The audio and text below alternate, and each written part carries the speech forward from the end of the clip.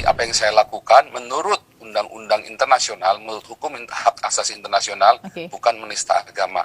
Tapi saya menyatakan apa yang ada di hati saya, kebenaran yang saya yakini. Apakah sudah ada subscriber dari warga-warga di Eropa dalam channel Banyak. Anda? Saya banyak membaptis orang imigran Muslim dari Timur Tengah, ratusan.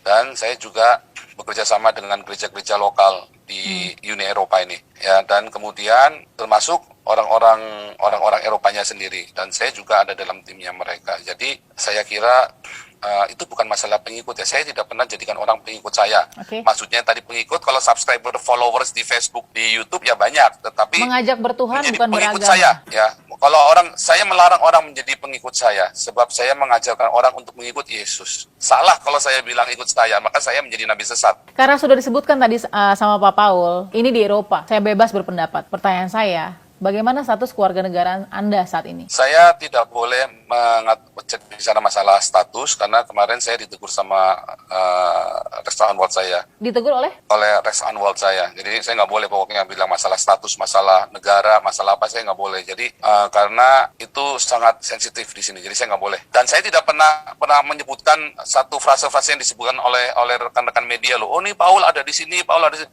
Menurut pengakuannya, saya nggak pernah ngaku-ngaku ada di mana loh ya. Gitu ya.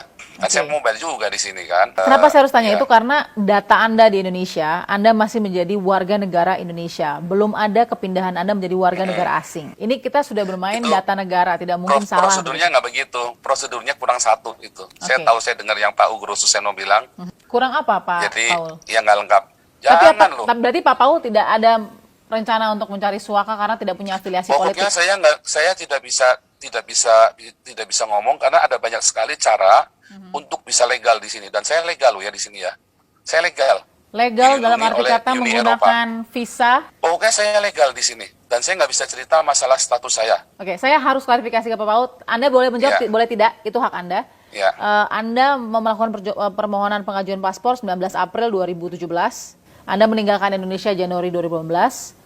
Anda melakukan pengajuan permohonan paspor untuk keperluan wisata, bukan bekerja. Tapi Anda mengaku Anda bekerja di sana. Harus ada. Pokoknya saya nggak bisa komen masalah masalah yang status dan negara segala macam, karena itu sangat berbahaya. Berarti Pak Paul saat ini sudah nggak mau jadi warga negara Indonesia lagi? Iya. Then why you leave? Kenapa Anda pergi? Kenapa Anda lepas? Kalau saya di Indonesia, mana bisa saya teriak-teriak begini? Mana ada kebebasan bicara di Indonesia? Mana bisa kita teriak orang minoritas? Weh, kita lagi dianiaya. Mana didengar? Baru saya ngomong live, di depan sudah ada Intel. Bagus kalau Intel yang di depan. Kalau yang di depan FPI, kelarlah saya. Baru live sekali udah kelar. Kalau sekarang saya bisa tiap hari, sampai tahun depan juga kalau yang kita teriakan belum didengar, saya akan masih live juga. Tanpa ada yang ganggu saya. Malah saya dilindungi oleh undang-undang di sini. Kenapa secara emosional saya merasakan ada kekecewaan yang sangat dalam di hatinya Pak Paul terhadap Indonesia? Saya nggak pernah kecewa. Saya tidak kecewa dengan Indonesia. Oke, tapi kepada siapa kekecewaan itu hingga harus melepas kewarganegaraan, lalu menjadi warga negara asing, dan berkoar-koar tentang mantan negara Anda? Kalau saya melakukannya di Indonesia, sebagai orang Indonesia, selesai hidup saya. Oke, Anda sudah lakukan ini beberapa tahun. Anda mau bersuara dengan aman. Berarti Anda yakin bahwa ada yang membackup Anda di sana? Yang membackupnya Undang-Undang Kebebasan Berbicara, Freedom to Speech artikel. Tidak ada sponsor, orang di balik itu, dan lain-lain? Saya dengan orang-orang yang berbahasa Indonesia yang ada di seluruh dunia yang mendukung saya. Coba lihat semua YouTube saya. Mereka semua memberi semangat kepada saya. Ayo Pak Paul, suarakan, kami nggak bisa teriak. Setiap saya live Zoom, ada 100 orang yang di live Zoom saya, karena memang nggak bisa lebih. Teman-teman semua titip pesan. Saya tidak akan bilang mewakili sebuah organisasi atau gereja. PGI sudah jelas menyatakan Paul ini orang nggak jelas, ya kan? Atau saya lupa ngomongnya bagaimana, ada itu Pak Gulutom. Saya nggak urusan juga. Saya juga bukan orang PGI kok. Dalam kesempatan ini, Pak Paul, apa yang ingin Anda counter? Karena ini akan didengar oleh nasional, mengingat ini adalah TV nasional. Apa yang Anda ingin counter, dan apakah Anda akan meminta maaf dengan apa yang sudah mungkin dianggap oleh orang Indonesia sangat menodai atau menyakiti perasaan mereka dan agama mereka? Sorry ya, kalau saya cerita Indonesia, saya selalu bergejolak hati ya. Iya. Kalau udah disebut Indonesia itu kata itu keramat buat saya. Berarti secara tidak langsung Anda mengatakan bahwa aturan kita punya regulasi larangan hate speech atau mungkin undang-undang ITE ya, itu ditampik begitu bahwa memang kalau di luar Anda bisa freedom of speech, Anda bisa bebas dan Anda di backup begitu dengan regulasi yang ada. Jadi Indonesia ini bukan negara demokrasi secara de facto, tapi de facto-nya adalah negara khilafah. UUD 45 dan Pancasila itu nggak berlaku di Indonesia. Yang berlaku adalah undang-undang mayoritas, yaitu punyanya orang-orang Islam. Ya undang-undang khilafah itu namanya. Apakah saya menista? Enggak, saya hanya mengatakan apa yang ada. Apakah saya hate speech? Kapan saya mengajak orang-orang untuk membenci orang Islam? Tidak pernah. Tetapi yang diambil selalu apa? Nabi 26, menista.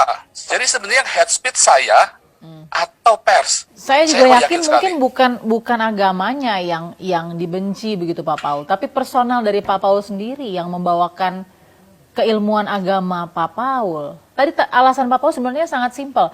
Saya lelah dengan bahasa yang sopan dan santun karena saya tidak didengar dengan bahasa sopan dan santun di negeri ini.